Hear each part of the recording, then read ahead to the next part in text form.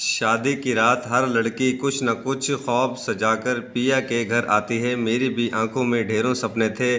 میں شرمائی سی اپنے کمرے میں بیٹھی اپنے شوہر زاہد کا انتظار کر رہی تھی۔ میرا زاہد کے ساتھ رشتہ چند ماہ پہلے ہی طے ہوا تھا۔ وہ اپنے والدین کی اکلوتی اولاد تھے، اسی لیے میری شادی دھوم دھام سے کی گئی تھی۔ میرا کمرہ کسی خواب گاہ کی طرح سجایا گیا تھا۔ کمرے کا دروازہ کھلا تو میں سنبھل کر بیٹھ گئی، لیکن کمرے میں میرے شوہر کے بجائے میری ساس داخل ہوئی تھی۔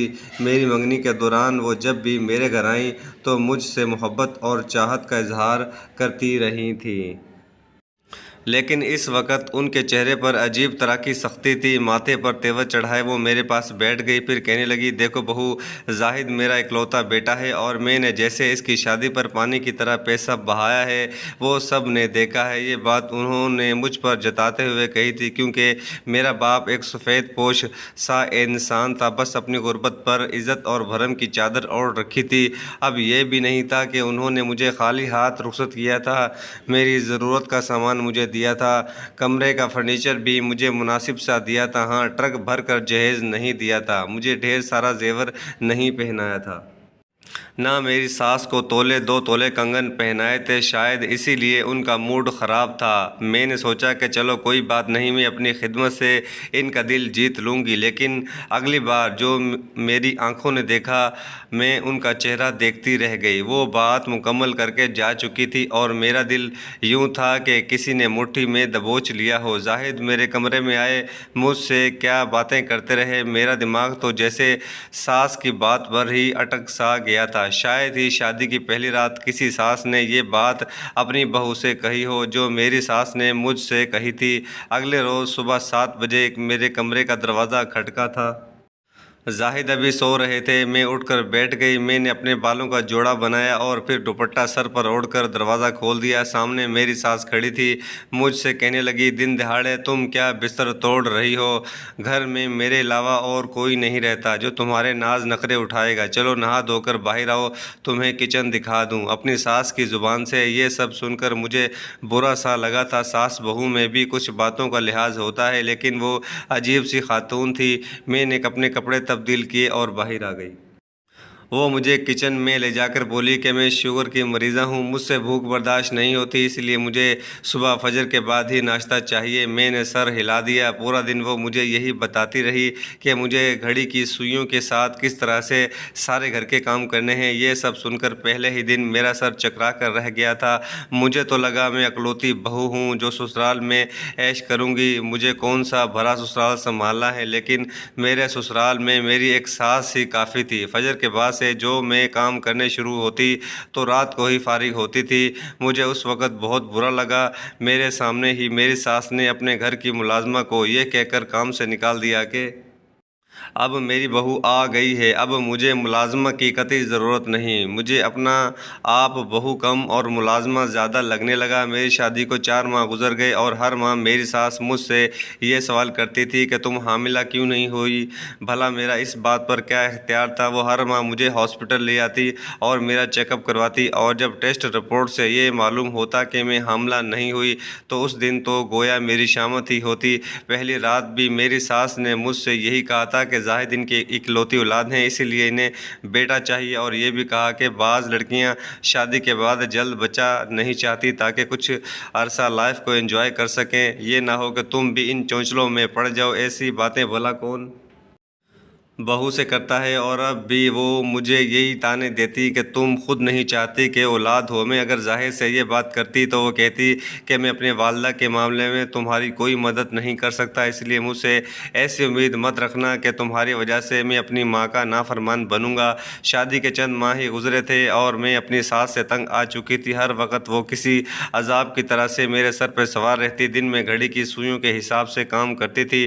میری ساس کو ہر 2 گھنٹے کے بعد کچھ نہ کچھ کھانا ہوتا تھا، کیونکہ وہ شوگر کی مریضہ تھی۔ اس دن میں نے شکر کا کلمہ پڑھا تھا جب ڈاکٹر نے یہ کہا کہ میں امید سے ہوں۔ اس دوران میری ساس نے مجھ پر بس یہ احسان کیا تھا کہ صفائی کے لیے ملازمہ رکھ دی تھی۔ میں نے سوچا چلو دوپہر کو چند گھنٹے آرام کر لیا کروں گی، لیکن میری ساس نے مجھے لمبی چوڑی فہرست ایسے وظائف کی تھما دی جسے پڑھنے سے بیٹا پیدا ہوتا ہے۔ کہنے لگی کہ یہ سب تم میرے سامنے پڑھو گی، مجھے تم پر اعتبار نہیں ہے۔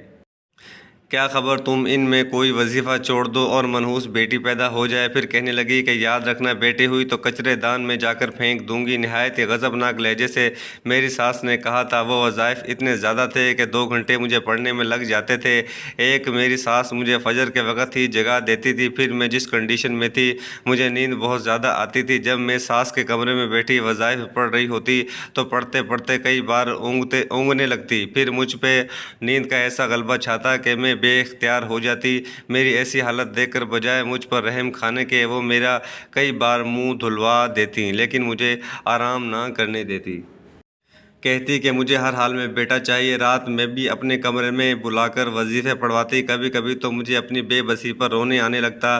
9 ماہ میں نے اپنی بڑی اذیت سے کاٹے تھے۔ پھر میری ساس کہنے لگی کہ وہ مجھے ہاسپٹل لے کر نہیں جائے گی بلکہ دائی گھر پر بلائے گی، کیونکہ آج کل کی لڑکیاں اپنی سہولت کی خاطر آپریشن کو ترجیح دیتی ہیں، اور لیڈی ڈاکٹرز کو بھی ظالم ساس کی جھوٹی کہانیاں سنا کر کہتی ہیں کہ آپریشن ہی کر دیں تاکہ تکلیف نہ سہنی پڑے۔ مجھے اپنی ساس کو دیکھ دیکھ کر غصہ سا آنے لگا تھا۔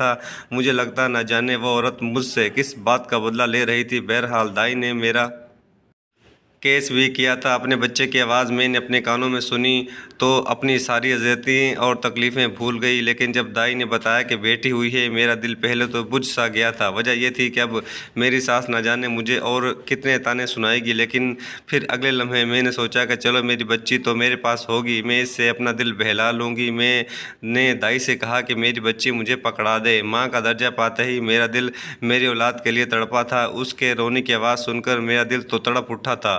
ماں کا درجہ پاتے ہی دل کی کیفیت بدل گئی تھی۔ دل چاہا اس ننھے منھے وجود کو میں اپنی گود میں بھر لوں، اسے سینے سے لگا کر اپنی ممتا کو تسکین دوں، لیکن دائی کہنے لگی پہلی اولاد ہے، تمہاری ساس کو پہلے دکھاؤں اور اس سے کہوں کہ 2 کلو مٹھائی دے مجھے۔ میں اس دائی کو کہتی ہی رہ گئی کہ مجھے میری بچی ایک بار پکڑا دے۔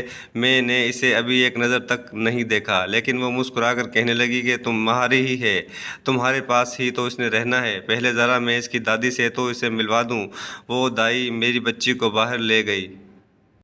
میں نے اپنی آنکھیں بند کر لیں، لیکن دل بڑی تیزی سے دھڑک رہا تھا کہ دادی کا تو منہ ہی پوتی کو دیکھ کر پھول جائے گا، وہ کہاں 2 کلو مٹھائی بانٹے گی۔ مجھے لگا کہ 10 منٹ میں دائی میری بیٹی کو واپس لے آئے گی، لیکن آدھا گھنٹہ گزر گیا لیکن وہ نہیں آئی۔ اب تو میری بے چینی عروج پر تھی۔ دائی ابھی تک میری بچی واپس کیوں نہیں لائی تھی؟ بچی کی پیدائش کے ہوتے ہی دائی مجھ سے کہہ رہی تھی کہ تمہاری بیٹی مجھے بھوکی لگ رہی ہے، بس اس کی دادی سے اسے ابھی 2 منٹ میں ملوا کر لائی، لیکن اب تو 1 گھنٹے سے اوپر ہو گیا تھا۔ دائی کا کچھ اتا پتا نہیں تھا۔ میں نے ہمت کی اور اٹھ کر بیٹھ گئی، بمشکل ہی سہی، لیکن میں نے شال سے خود کو لپیٹا اور کمرے سے باہر نکل آئی، لیکن باہر تو کوئی بھی نہ تھا، پورا صحن خالی تھا، نہ دائی تھی، نہ میری ساس، اور نہ ہی مجھے میری بیٹی کہیں نظر آئی۔ شوہر تو میرا اپنے کام کے سلسلے میں دوسرے شہر گیا تھا، اس نے اگلے روز واپس لوٹنا تھا۔ میں نے دھیرے دھیرے چلتے ہوئے پورے گھر کو دیکھ لیا، نہ میری ساس کہیں نظر آئی نہ ہی میری بیٹی۔ کچھ دیر بعد باہر کا دروازہ کھلا تھا، سامنے میری ساس نہایت غصے میں کھڑی تھی۔ میں نے اپنی ساس کو خالی ہاتھ دیکھا تو میرا دل دھک سے رہ گیا تھا۔ میں نے کہا میری بچی کہاں ہے؟ جو جواب میری ساس نے مجھے دیا وہ میری روح کو لرزا دینے والا تھا۔ کہنے لگی میں نے تم سے پہلے بھی کہا تھا کہ بیٹا ہونا چاہیے، اگر بیٹی ہوئی تو کچرے دان میں پھینک دوں گی۔ میں نے تمہاری بیٹی کو کچرے دان میں پھینک دیا ہے، اب تک تو اسے کتے بلیاں بھی کھا چکے ہوں گے۔ یہ سننے کی دیر تھی کہ میرے ہوش ہی اڑ گئے، حالانکہ میں نے ابھی ایک بہت بڑی تکلیف برداشت کی تھی، مجھے میں چلنے کی سکت بھی باقی نہیں تھی، لیکن میری ساس نے بات ہی کچھ ایسی کہی تھی۔